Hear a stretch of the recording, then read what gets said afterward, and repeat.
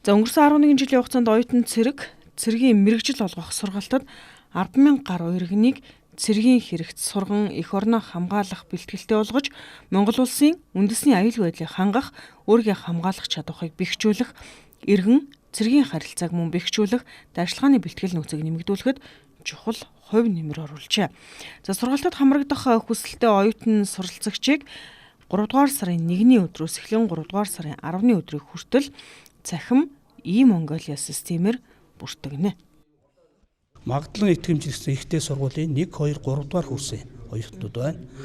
За 2 дугаарт нь 2026 оны 6 дугаар сарын 15-наас өмнө 18-наас хүрсэн байна. За 3 дугаарт нь эрүүл мэндийн даатгалын сүүлийн 1 жилийн шимтгэлийг төлсөн байна. Гэсэн ийм үндсэн шалгуур үзүүлэлттэй байгаа.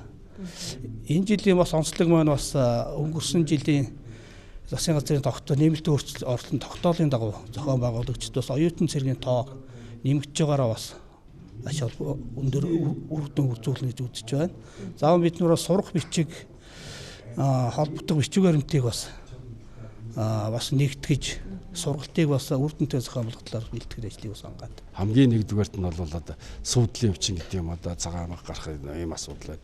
Хоёрдугаарт нүдний асуудал одоо бас ялангуяа одоо энэ компьютер одоо орчин үеийн асуудалтай холбогдуулаад нүдний асуудалд бас анхаарах хэрэгтэй. За тэгвэл нүд бол одоо яг нэг шаардлага хангасан хасах дөрөв тавтаа бол ингээд янз янзын шаардлага хангасан байх хэрэгтэй.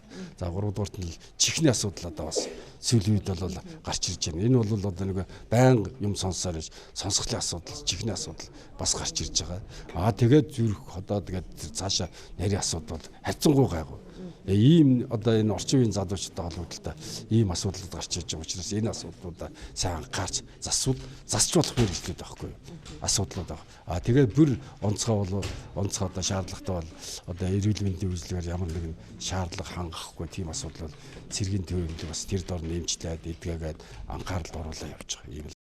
Магадлан итгэмжлэгдсэн ихтэй сургуулийн суралцагчид e-Mongolia цахим системээр бүртгүүлэх боломжтой бол мэрэгжил сургалт үйлдвэрлэлийн төвийн суралцагч нар сургалтад хамрагдахыг хүссэн өргөдлөө мөн сургалтын төвийн тодорхойлолт, сургалтад хамруулах тухай зөвшөөрөл, дүнгийн хүснэгтийг бүрдүүлэн Харьяалах аймаг нийслэлийнхээ засаг даргын тамгын газрын цэргийн штабт бичлэн бүртгүүлнэ.